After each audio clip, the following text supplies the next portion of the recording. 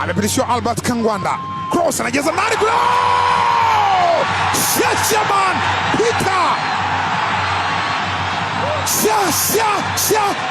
Shaman anaopeleka kati. Iliandikwa, mtapokea mtu mkubwa katika ardhi yenu, atakayebariki kandanda la taifa lenu ni Shaman Peter Shalulile.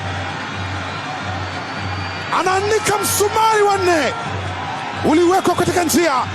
Albert Kangwanda akaweka cross, Shaman Peter akapita nao.